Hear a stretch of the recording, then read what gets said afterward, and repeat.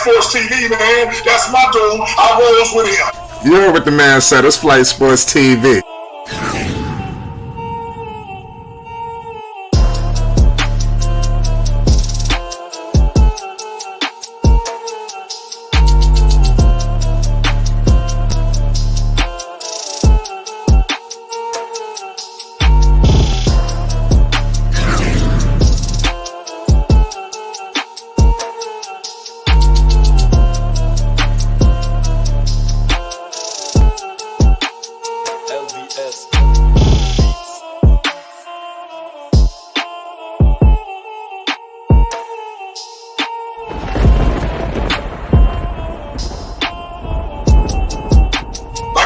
Flight Sports TV, that's where it's at.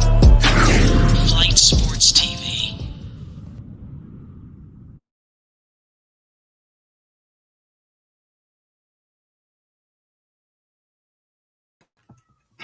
What's going on, people? It's Flight Sports TV. I appreciate y'all for checking with me. You already know what it is, man. We back with another one of them things. I want to appreciate everybody that's rocking with me right now. We got a whole lot of shit to talk about tonight, ladies and gentlemen. It's going to be a star-studded evening. I don't know who the hell's going to show up, but I'm going to let you know I'm on the phone with a lot of powerful people, ladies and gentlemen. It's Flight Sports TV.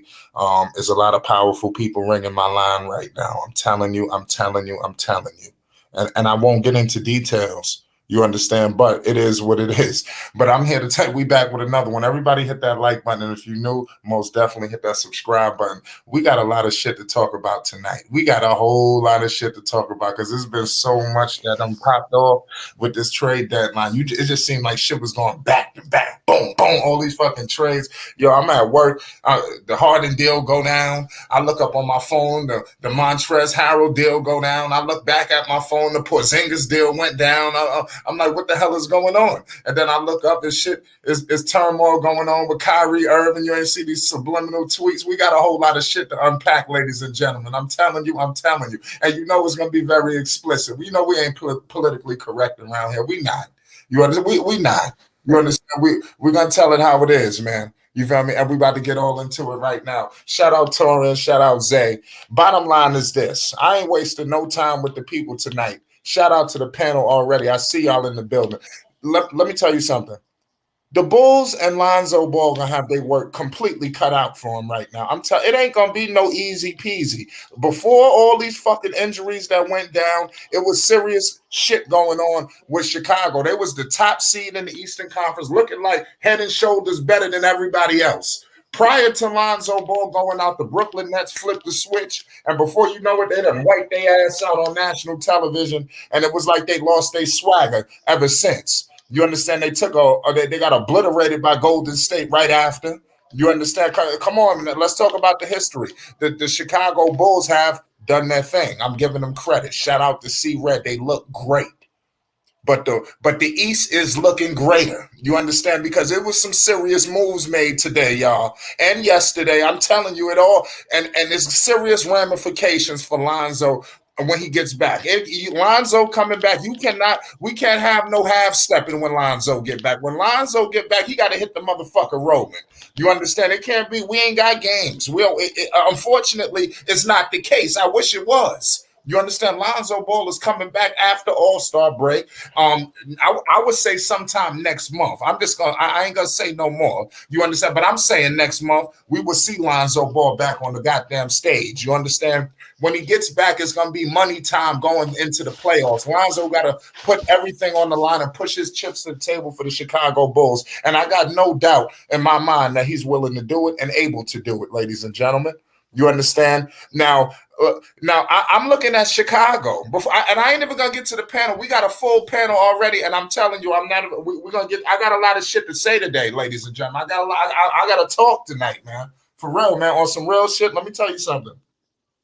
Who the hell knew Porzingis was out on the market? You understand? I'm just saying, we got the situation with Vucevic, where he's basically a dummy man in the paint where dudes can just go in there and do whatever the hell they want to him. You understand? That's going to be a serious problem come playoff time, ladies and gentlemen. I'm just saying, wouldn't you have contemplated that? I mean, with the Porzingis situation? What about Montrezl Harrell? You understand? I mean, damn. You understand that? I think Porzingis might have cost you a little extra. You know, you might have got Harrell for the cheap. I'm just saying. You know, we needed to show up that interior, you know, in Chicago. You know, because I'm telling you, you see what's going on with Ben Simmons? Yeah, he can't shoot, but that motherfucker will attack that basket with a reckless abandonment. And you think he concerned with Vooch? You think he's concerned with Vooch? I'm telling you, he looking at Vooch like he's food, barbecue chicken, cookout. You understand? I'm telling you, that's what they looking at him like. Did you see how they rolled in Chicago before Lonzo got hurt? They rolled in there like some gangsters. You understand? Do you see what Philly just did? Joel Embiid is playing like a monster. A monster. I'm talking Michael Myers. Monster. What the hell are we going to do? I'm just saying, what the hell are we going to do? It's a serious problem in Chicago. We should have made a little more. I'm not saying make the home run play, give up Vooch, but you could have got Harrell for the cheap. You probably could have got him for some short shit. I'm just saying. You know, I mean, maybe a second round as somebody wasting away on the bench. Do you see what they fleeced for Harrell? Well, a shout out to the Charlotte Hornets. We're going to get into all of it. We're going to get into everything. We ain't even get started. We never got started yet. You understand? I'm just telling you. Montrezl Harrell will feast out there in Charlotte with LaMelo Ball. We're going to get into that. Montrezl Harrell wasn't really playing with nobody. He was beasting with the Clippers. Then then my man gets sent to the Lakers. Everybody goes to the Lakers lately to die. You understand? You see what's going on with Westbrook. LeBron James is putting people under the bus. You understand, out in Los Angeles, and he's not holding himself accountable. So everybody that went to the Lakers is like looking like idiots. You understand? And then he goes to Washington. What the hell is Washington doing? You know, what the hell are they doing? I'm telling you, Montrezl Harrell will come alive in Charlotte. And he could have came alive in Chicago if they would have made the goddamn move. What happened to Jakob Poeltl? I'm just saying. But nonetheless, I just thought the Bulls should have made the move because the East is crowded now. You're not the top dog. You understand? Hell, before we know, you might fall down to the 6. It's really that real. I'm just saying, yo, Ray. Oh, damn! I'm telling you. You know what? Like I said, I'm just sitting here, got a whole lot of shit to say, and listen. I'm not done. You understand? Shout out to Porzingis, and I'm telling you, I'm gonna do something exclusive for Porzingis. I'm gonna do something exclusive. I'm telling you, I'm gonna do something very exclusive. I might not even talk too much on Porzingis. I might cam up tonight on a 10-minute upload to Unleash on Porzingis. You understand? Because I'm so happy that reunion, that disastrous situation that he went to with Luka Doncic when he went to carry the bags when he left New York City. He'll never be the same. He'll never be the same. Yo, shout out to Juju, man. We got an all-star panel. We got Rave Kingdom. We got Coffee. You understand? It's star-studded. There's a whole lot of shit to talk about because Lonzo Ball and the Bulls, they got a whole lot of shit to be thinking about right about now. The East is crowded, and they're not safe. They're not safe. What if they end up in a situation with one of these top dogs? What if they end up in the 6 and they got to play the Sixers or some shit in the first round or Milwaukee? I'm just saying, we got to think about this shit. I know it's hard. It's hard. Well, shout out to the panel, man. What's the deal? It's Flight Sports, man. Let's politic. Who want to pop it off first? Because I got it all covered. Well, let's go. Let's go. Otherwise, I'm just going to keep rolling. check me out. Now, the coldest team in the East and still would be the Chicago Bulls. And I'm going to tell you why. See, Philadelphia, even though they got that big monster over there, you should have never ever let Curry brother go. You can't let nothing like that go. That's your chemistry. That's your. Even though dude, the intimidator, the one to keep you honest, is the Curry brother. He keep everybody honest. He shoot too good, make all the decisions. They done gave away that chemistry. Now, Brooklyn have got better. I said this. You know, your boy Harden is a liability, all type of ways. You know, I heard. And I want what's your man name? He got to come to the podium. He got to come up here from out of Indiana. What's his name?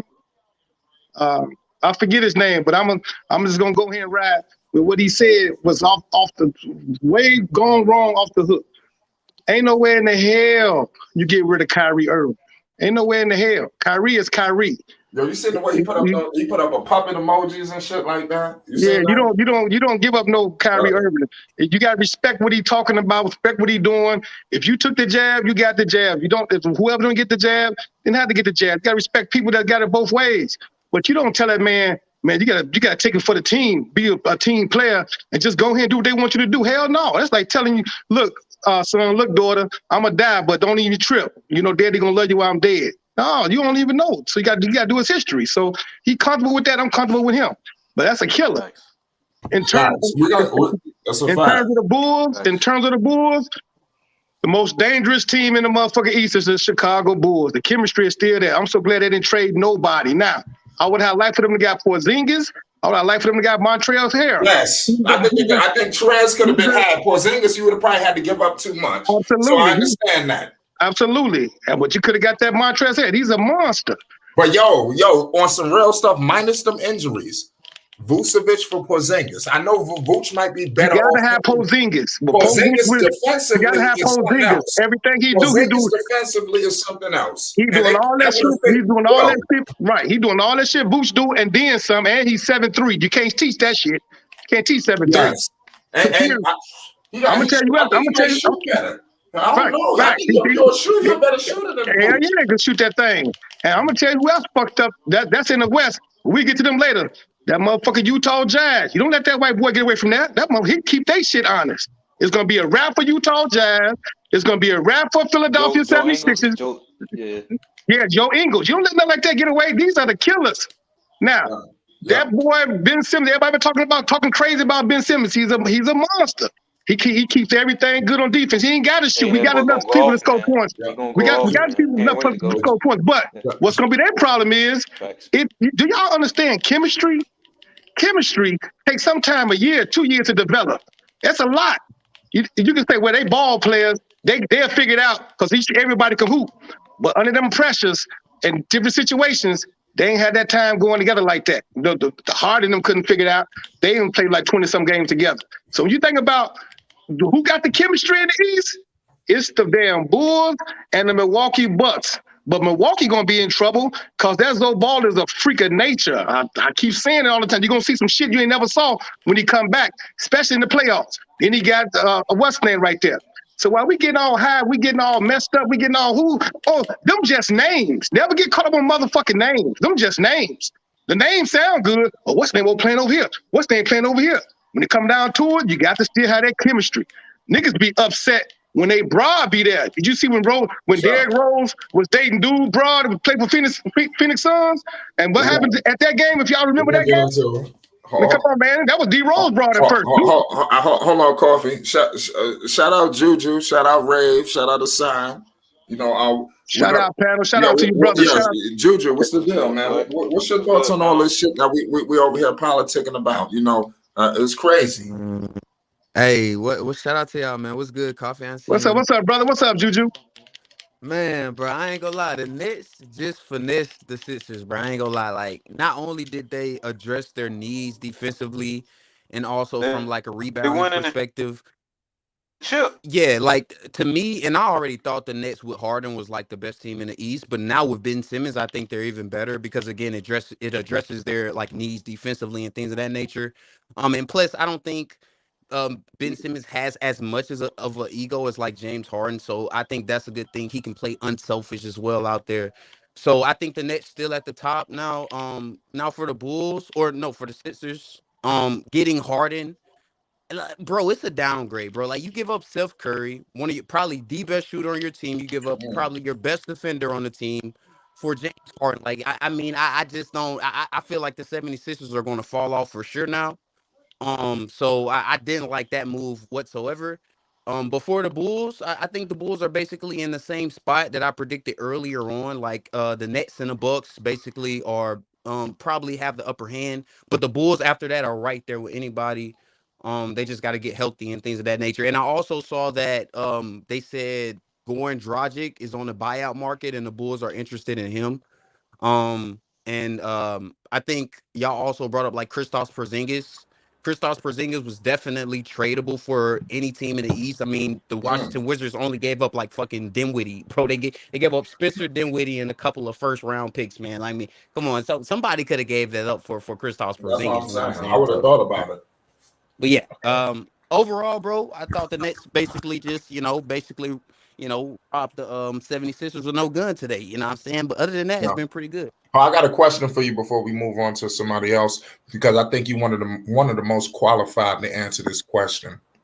What's your thoughts on Montrezl Harrell going to the Hornets? How do you see that dynamic working out with LaMelo and things of that nature? Because Harrell has been through some roadblocks since the Clipper days. What's your thoughts on this? Well, I'm gonna give my positive opinion, and I'm gonna give my negative opinion. My positive opinion about it is like I love the Montrez addition, especially because we barely gave up anything like Ish Smith and Vernon Carey. Vernon Carey wasn't getting in the rotation whatsoever. Ish Smith, he's decent, but again, he wasn't really in the rotation, especially looking at like his playing time most recently. So he was out of the rotation. So we basically traded 2 non-rotational players for Montrezl Harrell, who's going to be deep in the rotation. So that's good. And also he like trained with LaMelo Ball, like you mentioned, like at Rico Hines, things of that nature. So they're going to have that chemistry on the court. And he's a dog, like he's tough out there. Yes. He brings that physicality that the Hornets are kind of missing. But my negative opinion about it is like it doesn't address necessarily what the Hornets need, because again, what we need is a legit starting center, and Montrezl Harrell isn't that, right? And again, we need somebody. No, I gotta disagree with you right there, Hold on, Juju. Juju. He could play small ball 5. Wait, Juju, I gotta respectfully disagree with you right there, Juju, because the Hornets is gonna be one of the most scariest teams in the East. All they need. I'm telling you, the Bulls better stay the hell away in the first round. No. The Bulls is the scariest team. The Hornets gonna be the next. I'm gonna tell you why. I'm gonna tell you why. I think that series is gonna be crazy. See, look, the Hornets. Check Come on, Coffee, man, stop, bro. Check out Juju. Juju, listen. Because what happens is, if once it comes from upstairs, the mindset, all this is a mindset change. All I gotta do is get a word. Hey, Borrego, stop bullshitting, cool out. We do with the politics. We do with the dumb shit. Because you got Montrezl Harrell, he's a monster. Melo already a monster. After the All-Star game, he's gonna be doing more monstrous shit. All you gotta do is let them boys run. They ain't gotta do nothing but let them boys run. You ain't gotta coach them. You don't coach no Melo. He learned everything as a baby. All his 15 years old, 16, he got all that shit. They were just playing games. And now, why would you take a Montrezl Harrell, and you know how Montrezl Harrell get down? If y'all think Book Knight was in motherfucking dude face, you ain't saw shit if you get on Montrezl Harrell nerves. It ain't even close what Montrezl Harrell do. He a gangster from the goon from the alley. So that's the motherfucker. Oh yeah, he definitely does. Absolutely. So you got Melo at the point. All you gotta do is let that boy go. Stop yanking him in and out the game. Stop that dumb shit. Montrezl Harrell. That's not what it is. I don't like Coffee. Look. Let me finish my point. Let me just finish my point earlier, and then I'm gonna address it. Shout out to Basil. Shout out to Andre. Shout out to Basil in the chat. Go ahead. For sure. I just want to address what you said. Like, bro, again, it's not about Melo, right? It's not like, yes, Melo needs to stop being babied. But even if Melo wasn't being babied, I still don't see like this team being like at the top of the East, because they don't have the correct pieces around him. Again, Montrezl Harrell is a monster off the bench. He's not a starting center. We're still going to be undersized, which is another thing that's been hurting us all season, because we can't defend in the paint because we're undersized, either with PJ at the 5 or Montrez at the 5. That's the thing that has to change. But other than that, bro, even if Melo is fully unleashed, bro, we're not going to be competing with the Nets with Ben Simmons now, the Bulls that just whooped on us like a couple days ago, Y'all can't be serious. You can't be serious, Juju. You can't be serious because all that shit starts with the coach. I'll put your boy from there. I'll put your boy from Kentucky right in center and let the coach sit his ass down and watch them boys go. They only 3 games out of the 6th place. You know that, right? Coffee. Let me just say one more thing. Because again, Coffee, you're where I was earlier in the season, where I'm believing in Borrego and having faith in Borrego to change how he is, but that's just not going to happen. The first step, like I've been saying for months, is But getting rid of James Juju, Borrego. it's not Before that Borrego. happens, It's it is not Borrego, my Borrego. boy. It is Borrego. It is No, it's Borrego, not. bro. It's Jordan, motherfucker. It's Jordan. Ain't no It's goddamn Borrego. You can't get rid of Jordan. Ain't no damn Borrego. Bro. It's Jordan. Hold up. Yeah, it's Jordan internally. But It's Right. Jordan, period. Right. It's Jordan, period. Ain't no Bro. motherfucking Borrego. He don't run shit. Okay, It's Jordan. So Understand Jordan, that? so Jordan, Okay, it's Jordan. It's the Jordan front subs office, LaMelo right? out That's what in the we middle can of the agree game. on. So Man, Jordan Jordan subbed everybody out. Them people playing games, bro. Them people playing games. Don't be tricked. I heard what's the name say yesterday. Coffee, bro. I know where you're coming from. No, you don't, Ray. No, you know not on this one, bro. Because if you did, you wouldn't even have no debunk. You don't know what coming out on this one, brother. Bro. All right, for one, shout out to everybody, bro. And Shout out. And listen. It's about to go down. Because I y'all respect you, Ray. I respect you some of your time. But not on this one. Coffee, I respect you too, bro. You know what I'm saying? It's all good. It's all good. And good, healthy talk. Listen, one thing I it's crazy from all of you guys. I've not heard not one somebody say the real trade that's the biggest trade. The fucking Giannis got fucking Serge Ibaka. That is the biggest trade. Why is that the biggest trade? Because you saw what he did. No, that ain't nothing. That ain't shit. That ain't shit there. Okay, y'all are laughing. Y'all are laughing, but he won a championship with PJ. Bro. He's nice, but that ain't the biggest trade. Now got Serge Ibaka. No, Coffee. You He have a just good point. increased in defense by a large margin. Now they increase it. Look, Coffee, you do have a good point. Like, it's Jordan. Like, it's not just Jordan. Like, it's all three of them. It's Kupchak, Jordan, and Borrego. It's Jordan, and Jordan. It's Jordan. You're right. All three of them. Jordan, and Jordan. You're right. It's the. I'm gonna just say the front office. I'm not gonna just that man that own the team. That man that own the team. That's what it is. Look. This is what I'm saying though. This is what's wrong with the Charlotte Hornets. You could have traded and gotten Kristaps Porzingis. You could have made move even with Montreal. You still had enough pieces to make bigger moves, and they're scared to pull the trigger like this, bro. I don't understand, Michael Jordan. You're used to hitting all these game winners and doing this in the fourth quarter. You can't pull the trigger to get a trade. You understand, man? Yeah, you understand him? You definitely understand. Montrezl Harrell does not. We can't get rid of Jordan though. Listen, so we gotta worry about Borrego.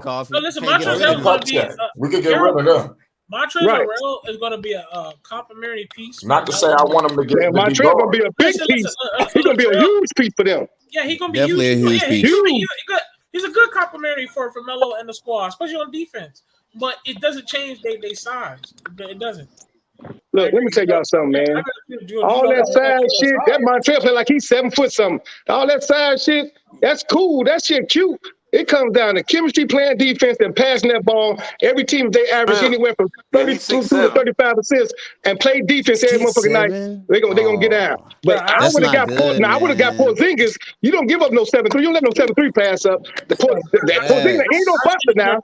Ain't like you no buster. That's gonna hurt Dallas. That's gonna hurt Dallas for real. Because they already get away with all that bullshit with that other boy doing all that. They ain't really getting no replacement.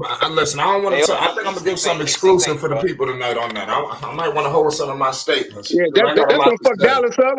That's gonna fuck Dallas up. Utah gave up Ingles. That's gonna fuck them up. Philadelphia gave up Steph Curry. They're gonna fuck them up. Indiana gave up that gangster nigga over there. Sabonis. What was the motherfucking name? That center. That's gonna fuck them up. They gave up. Sabonis. Hold on. Wait a second. I seen that Sabonis last night, y'all. Hold on, I watched Sabonis debut. I didn't know Sabonis was that nice. That motherfucker a gangster.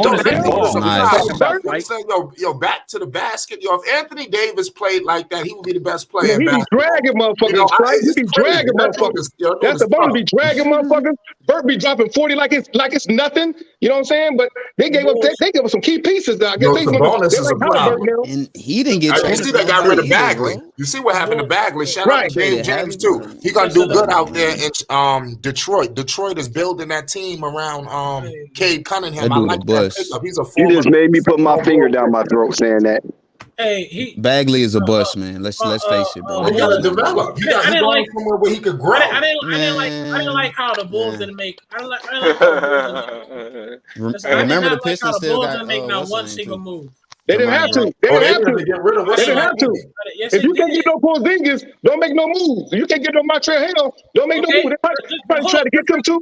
They probably try to get them two, and Jordan them had their hands on it. What they had their hands on do, they said, well, fuck it then. We can't get Porzingis up my trail, and so let's make no move. What about Sabonis? They could have got Sabonis, bro. So they traded Sabonis for like That would have been a house. No, they gave up some stuff. No, you could have gave up like Kobe White and But a couple other pieces. Think about it. But y'all gotta think about this. Y'all missing this. Did you see what the Hornets gave up for Harrell? Oh look, you missing this though. Look at the in-house trade. You missing this. As well. Look, but check this out. Look what y'all missing. Vernon carries something. Good God.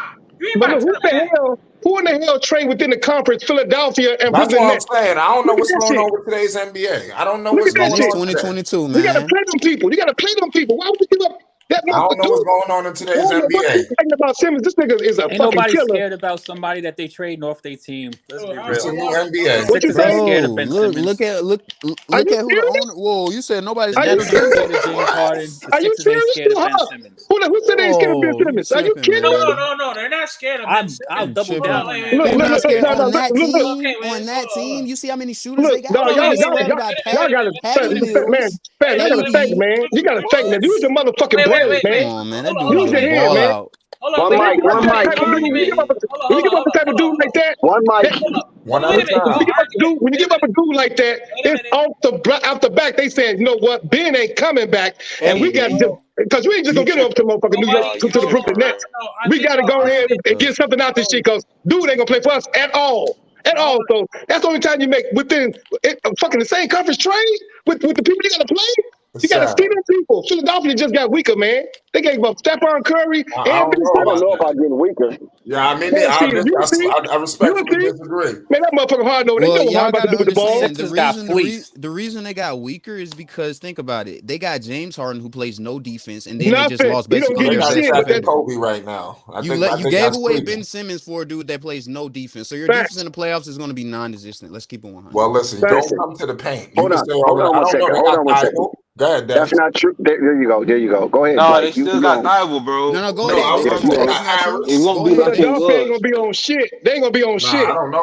Man, y'all looking at it wrong. It won't be us, but they still got Thibault. Whoa, let me hear Dett's test. Let me hear Dett's test. All that shit is being do because that Steph Curry nigga. What's going on, Dex? What you They still got Thibault, man. They still got Thibault and Danny Green, man. That ain't shit. Man, bro, what? Thibault? Danny Green. Y'all talking about Steph Curry, bro? That motherfucker cold, boy. Thibault is one of the best defenders in the league. What are you talking about, bro? Pack it in on buddy ass. They gonna pack it in Man, on dude, big Thibault boy. is massively overrated. Matisse Thibault is one of the best players. Is one of the best defenders in the league. When have you seen him lock somebody down in the playoffs? Bro, you stupid, bro. Bro, you don't watch the bro. Just say you don't watch the bro. That man is overrated. He's not One mic though. Hey, listen. Why y'all can't focus on one mic? Oh, bro, you tripping, bro. You tweaking, bro. Oh, we can debate it. We'll let this go. We'll let this go. I'll get it. No, you guys can go. Jew, listen, Jew. I can go after you, but you guys can go and chop it up. But just gotta remember there's one mic. That's all I'm saying. Because you guys said a lot of good stuff. Let me ask you a question, bro. Let me ask you a question, bro. I want you to tell me. I want you to tell me why you feel that way. Like, why do you think them letting go Ben Simmons and putting Thibault in a larger role is actually going to make them better? Thibault is Thibault. Like, come on, bro. He's not gonna be in a larger role, bro. He's gonna be off the bench, bro. What are you talking about? He's gonna be no. He's not gonna be starting, bro. Bro, that starting lineup. He's gonna be the sixth man off the bench. Bro, what are you talking about? Let me talk to him. Assad, I got a question for you. Bro, that starting lineup. Bro, stop, bro. Ray, let me ask him a question. You're tweaking, bro. Recap. Matisse all right. Recap. Matisse okay. He just You're tweaking, bro. I got a question. I got a question. Is Thibault is Matisse now that not? Hold on, Ray. Let me just ask him a question. Now that Ben Simmons is off their roster, is Matisse Thibault going to be basically elevated to a larger role defensively? Yes or no? Yes or no? Because you just said no earlier. Bro, yes, most definitely. He already took that load since Ben Simmons was playing. Of course, bro. Of course. No, I said of course, bro.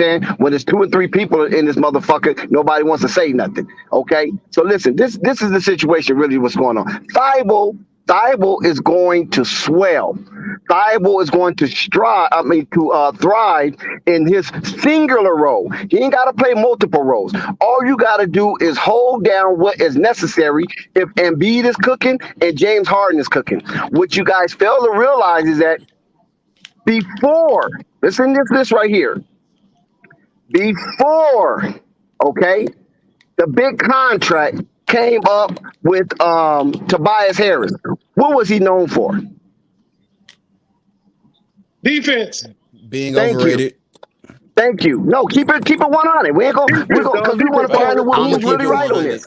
He's not overrated. He was known for defense. Tobias Harris is overrated. Tobias Harris is known He's for not defense. overrated. He's overpaid, Juju. There's a But difference. that's not Juju argument. Juju argument. Listen, but I'm trying to get to it if I don't be rudely interrupted. Can I ask a question to Because I'm gonna point out what you guys are not talking about. Tobias Harris before he hold on just a second, Juju. But Tobias Harris before he got his big contract and started scoring decent for the Los Angeles Clippers, he was known as a defender. Right. Now they got a cooker that can score on anywhere, even on Mars, Pluto, Jupiter, Saturn, and Uranus. Excuse me, I mean Uranus. Yeah, you said Uranus. You said it. Go ahead. James Harden. Lonzo is bigger, Don KG. Okay, ain't nobody stopping James Harden. Listen, hold on. What? Don't give me the act ignorant now like you motherfuckers are acting. I'm trying to give you some good content here. Since you guys don't want to speak on it, let me speak on it. What happens is this right here.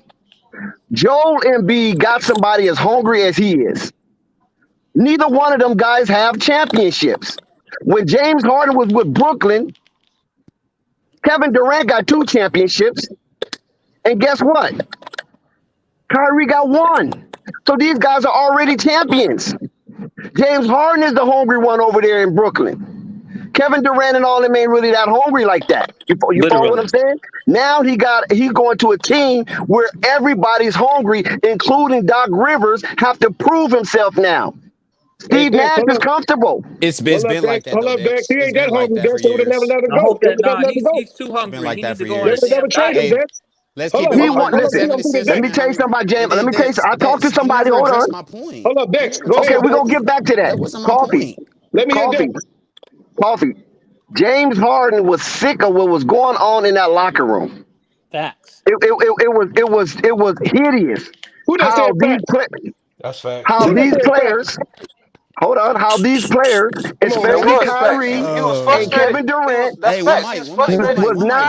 was not showing the aptitude of hunger and want to get back to being crowned a champion because of I ain't gonna call it foolishness, but the choices that they are making right now while the Brooklyn Nets are falling. They was trying to set up a situation where they can get into the playoffs and have a string of road victories because that's how their team was going to be full-fledged with Kyrie playing road games. So they prefer to have 4 road games than have 3 home games, or prefer to have 4 road games than to have 4 home games because Kyrie wouldn't be available during that crunch time in the playoffs where they have more of their victories on the road than at home. James Harden ain't want that. He thinks that's silly. He thinks that's crazy. They should be out trying to win every single game. That's how he felt. He wanted out. Morley is his boy. Don't forget that. Daryl Morley, that's running the Sixers, is his boy. He wanted out. Morley said, okay, we can go ahead and switch this right now. Ben Simmons haven't been playing. But guess what? Ben Simmons going to play for the Brooklyn Nets. You're going to see a different version of Ben Simmons. Now, I agree with that part. But see, your boy Harden ain't got that whistle like he had a couple years ago. That whistle he had in Houston, he ain't got that whistle no more. Your man from Chicago Bulls got that whistle now. You don't need no whistle. He got Joel Embiid. Hold on. No, he don't. He got Joel Embiid. He's going to get the whistle. Joel Embiid probably shoot better free throws than Harden. One at a time. I'm talking about what Harden need. What Harden get off that can't touch me shit. If you barely touch him, he get that whistle. He don't get that whistle like that no more. James Harden can play basketball He backwards and just still had like beat a Ben 20 Simmons. free throw game Think not too long ago. about what the league do. The league No, gives did certain you hear people what that I Look whistle. at his said, free Mr. throws Coffee? instead of talking out your ass, he had to Coffee. cry. He's He had still to getting cry a lot of before he. shots. Shut Mr. your Coffee. goofy ass up. You ain't even listening. You don't even understand. Listen, I Mr. am Coffee. listening Rico, to he you, had but to he's cry still before getting he the played free that. throws per game, so respect something that got because to he start understands adding up. He understands something. Listen, Mr. Coffee. Hold on one second, Rico. Hold on one You don't second. even know what I'm talking about. Mr. That whistle. You Dex, Coffee. don't can even you know what I'm please talking Listen about. to address this, my Mr. point from Coffee. earlier? Talk real quick. Listen to this, Mr. Coffee. James Harden can beat Ben Simmons one-on-one playing basketball backwards. I don't know about So that. there I don't know is about a that. win for Philly. I don't know Y'all about love that. some Harden, Oh, man. I I swear don't this know okay, about guy's that. okay, so listen. overrated. I'm going to I tell don't you know about this. that. That man Harden's 6'9" with no overrated, whistle. man. Coffee, With no Coffee, whistle. listen. Both of us are men of valor. I'm going to tell you this. I will wager a friendly bet from this point on that Philly will probably have the best record in the Eastern Conference. From this point No, on. what is that with me? Look, Please, look, Dex. look, No, look. Hold Coffee. up. Let me do. Hold up, No, hold up, please. Juju. Hold up, That's Juju. easy Hold money. up, Dex. Hold up, Juju. No, I want to get back to this one-on-ones because that's something we'll never see. Because I don't see that 6'9" losing to that man with no whistle. It's just them two in the gym, one-on-one. It ain't gonna happen, Dex. It ain't gonna happen. James Harden can score all kind James of Harden ways. Don't got matter, multiple man. scoring titles. Under This is that the Dex, most I whistle. will take that disrespect bet. I've ever Y'all Dex, seen I out will of take that any like bet. shit. Y'all superstar, like bro. Ben Simmons really ain't Hold shit. on, hold on. Oh my Dex, I I like will God. first Now, off. Ray, First off, now we got to give Ray the yeah, mic let me get too. Ray. I Pause. get Ray the mic. Ben's all right. I like how all y'all Go. like. Hold up. Listen, I like how y'all are trying to signify that what's his name? Ben Fuck his Simmons. name, James Harden. No, James Harden. I like how y'all trying to signify what James Harden does as a one-on-one player and what he can do on his scoring wise because of his ISO game and what he can do, especially driving down the court using his close crossovers, whatever. But you're asking him to team with Joel Embiid. Facts. That's Team with, facts. not play against. I'm talking I, about team with because facts. That's easy. the last big man Now, I it ain't seen easy, Dex, because if it was, he would have done that in Brooklyn. the last big He man done I it in seen Brooklyn. James Harden played with was what's his name? What was it, Capella? And Yeah, he that was the didn't best center he's ever played yeah, with, Clint Facts. I Capella. agree with that. right. That was the And best. I all he agree. You're did, all giving he him did Joel was Embiid, and you're right. trying to knock him Right, now. and you're That makes no sense. asking Joel Embiid to just sit there all damn the whole time while he crosses over the whole time, ISO and saucing niggas up, and then he wants Joel Embiid to cut and catch the alley oop And when B he gonna feels punch like that he has nigga to like do he that. tried to punch That's Lonzo. not. Reeves. I I'm don't trying see to that tell you. happening. That's Can facts, I ask you a Juju. I don't see that question? happening. I'm That's sorry. facts, Juju. James Harden hasn't played that He way in swinging 2 at that man years. like swinging at I'm niggas from surprised you So guys what are you not going talking in about? depth in basketball. I'm Yeah. really Yeah, he surprised hasn't right now. played that And especially I'm isolation surprised Houston at ball Coffee. style in 2 years. No, So what are we Dex, talking because He about? said look, coffee. if he would have did what you say would have did, Dex, he would have stayed his ass right there in Brooklyn. The man He can't keep up can't with Exactly. KD because them and dudes are not Kyrie. serious right now. That's how he's looking at it. He's Look. looking at them dudes are not We gotta serious ask the or question, why? winning. When did they not get serious, Dex? When did they not get serious? When did they not get serious? From the beginning, the middle? When did they not get serious? Because they was together. When did they not get When were serious? they together? At They the, played like 10 I'm games talking to together in Dex. the Dex, past when 2 did this happen? years. They Remind him When not of were get they that, serious? together? please. Remind him of no, that. Because if I'm with hold on. KD This and man Kyrie, Rico. if I'm with KD and Kyrie, we're gonna have They've a hard played conversation. Hey, We're gonna have a okay, hard legitimately conversation. okay. two Let me games. tell They you what played about happened. 10 to 12 Have a games. Coffee, conversation. coffee. Harden never Let me played. tell you what happened. I know somebody that knows James Harden's family, right? I talked to him today. That's what I'm Listen to saying what to I'm you. saying. Listen, Coffee. I know somebody know James Harden family as well as Westbrook. I have some breaking news on him too. If we get a chance to get into it, listen. They told me that James Harden is despicable of what's going on in that locker room, and he said KD is too soft to speak up. That's regarding Kyrie Irving and his approach to basketball this year. That part is true, probably. Yeah. That's what they told Dex, me we out do their know that's mouth. one sided, right? But That's that one sided because if you Very ask I'm only KD going one-sided. by what they told me from right. James Harden. That's I'm all I'm saying going by. I'm saying if 'Cause I KD asked him. family talk to you, Rex, if KD family talk to you, they'll tell you they told you that hey, Harden's out here on some bullshit and he's filling people booties in the locker room, so we can't fuck with that nigga. Yeah, exactly. So it You off It's depends on point. always Well, three listen, truths it to depends on one the at story, record. least, man. But hold on. At least we have one side of the story.